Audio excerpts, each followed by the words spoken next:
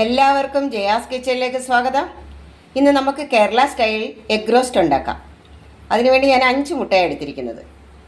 Egg റോസ്റ്റിന് വേണ്ടി 3 സവാള എടുത്തിട്ടുണ്ട്, 2 തക്കാളി, 1 കഷ്ണം ഇഞ്ചി, 3 അല്ലി വെളുത്തുള്ളി, 2 പച്ചമുളക്, കുറച്ച് കറിവേപ്പില. അപ്പോൾ ഇതെല്ലാം ഒന്ന് വൃത്തിയാക്കി കഴുകി അരിഞ്ഞു കൊണ്ടുവരാം. റോസ്റ്റിന് വേണ്ടി ഞാൻ പാൻ അടുപ്പ് വെച്ചു, ഫ്ലെയിം ഓണാക്കി. ഇനി എണ്ണ ഒഴിച്ചു കൊടുക്കാം. ഒരു 3 ടേബിൾ സ്പൂൺ എണ്ണ എന്നുള്ള അളവിൽ ഒഴിച്ചു കൊടുത്ത്. ഇനി എണ്ണയൊന്ന് ചൂടായിക്കോട്ടെ. എണ്ണ നല്ലപോലെ ചൂടായിട്ടുണ്ട്. നമുക്കൊരു ശകലം പട്ടയും ഏലക്കയും സ്റ്റാറും ഇട്ട് കൊടുത്തു. ഇനി ഇതൊന്ന് ചൂടായിക്കോട്ടെ.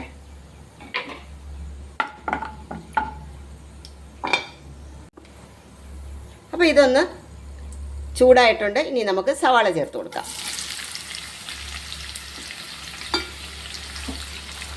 സവാള ചേർത്ത് നല്ലപോലെ ഒന്ന് ഇളക്കി കൊടുക്കാം.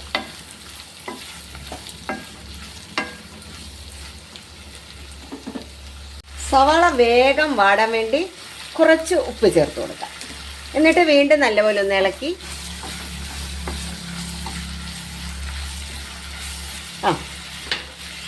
ഇനി നമുക്ക് പച്ചമുളക് ചേർത്ത് കൊടുക്കാം. എടുത്തു വെച്ച 2 പച്ചമുളക് കീറിയതാണ്. അതിനി ഇട്ട് നല്ലപോലെ ഒന്ന് ഇളക്കി. ഉള്ളിയും പച്ചമുളകും നല്ലപോലെ വാടി വന്നിട്ടുണ്ട്. ഇനി ചതച്ച് വെച്ച ഇഞ്ചി വെളുത്തുള്ളി പേസ്റ്റ് ഇട്ട് കൊടുക്കാം.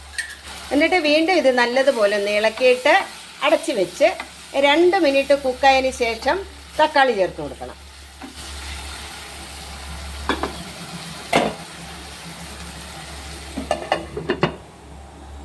ഇഞ്ചിയും വെളുത്തുള്ളിയും ചേർത്ത് ഇളക്കിയിട്ട് 2 മിനിറ്റായി. ഇനി നമുക്ക് ഈ പരുവത്തിൽ തക്കാളി ചേർത്ത് കൊടുക്കാം. എടുത്തു വെച്ച 2 ചെറിയ തക്കാളിയാണ്, കൂടുതൽ തക്കാളി വേണ്ട. അപ്പോൾ ഈ സമയത്ത് കുറച്ച് കറിവേപ്പിലയും കൂടെ ചേർത്ത് കൊടുക്കാം. വീണ്ടും ഇത് ഇളക്കി അടച്ച് വെച്ച് ഒരു 2-3 മിനിറ്റ് ഒന്ന് കുക്ക് ചെയ്തെടുക്കണം. എന്നിട്ട് വേണം മസാല ചേർക്കേണ്ടത്. ഉള്ളിയും തക്കാളിയും എല്ലാം നല്ലപോലെ വഴന്നിട്ടുണ്ട്. ഒരു കാരണവശാലും കരിയാൻ നോക്കരുത്. തീ കൂട്ടി വെക്കരുത്. മീഡിയം ഫ്ലെയിമിൽ വെച്ച് നമ്മളിങ്ങനെ ഇടയ്ക്കിടയ്ക്ക് ഒന്ന് ഇളക്കി നോക്കി ഉള്ളി ഈ പരുവത്തിലാകുമ്പം നമുക്ക് മസാലകൾ ചേർത്ത് കൊടുക്കാം. ആദ്യം നമുക്കൊരു 1/2 ടീസ്പൂൺ കുരുമുളക് പൊടി ഉണ്ടെങ്കിൽ അത്, അല്ലെങ്കിൽ നമ്മൾ ചതച്ചതായാലും നടക്കും. പിന്നെ വേണ്ടത് കുറച്ച് പെരിഞ്ജീരകം, അതും ചതച്ചതാണ്. ഇത് രണ്ടും കൂടി ഇട്ടൊന്ന് ഇളക്കാം.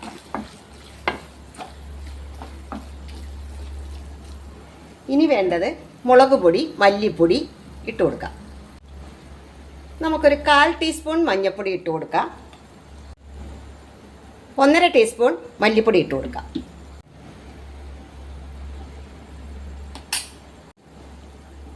ഒരു ടേബിൾ സ്പൂൺ മുളക് പൊടി. വലിയ എരിവൊന്നുമില്ല, അപ്പോൾ ഇത്രയും മതി. അപ്പോൾ ഇനി ഇതൊന്ന് നല്ലതുപോലെ ഇളക്കി അതിൻ്റെ പച്ചമണം മാറുന്ന വരെ ഒന്ന് ഇളക്കി കൊടുക്കാം. ചേർത്ത് കൊടുത്ത മസാലയുടെ പച്ചമണമൊക്കെ മാറിയിട്ടുണ്ട്. ഇനി ലാസ്റ്റ് വേണം നമ്മൾ ഗരം മസാല. ഞാനിത് വീട്ടിൽ പൊടിച്ചതാണ്. ഗരം മസാല ഇട്ട് കൊടുക്കാം. എന്നിട്ട് നമ്മൾ ഉപ്പൊക്കെ നോക്കി പാകത്തിന് ഉപ്പും ചേർത്ത് നമുക്ക് മുട്ട റോസ്റ്റ് ചെയ്തെടുക്കാം. ഇനി ഇതിലേക്ക് നമുക്കൊരു 1/2 ഗ്ലാസ് വെള്ളം ചേർത്ത് കൊടുക്കാം. എന്തിനാ? ഈ മസാല എല്ലാം കൂടെ ഒന്ന് യോജിച്ച് മുട്ടയിൽ പിടിക്കണമെങ്കിൽ നമ്മളൊരു 1/2 ഗ്ലാസ് വെള്ളം ഒഴിച്ച് മസാല എല്ലാം ഒന്ന് സെറ്റ് ചെയ്തെടുക്കണം. ഇപ്പം തന്നെ നല്ല മണം വരുന്നുണ്ട്.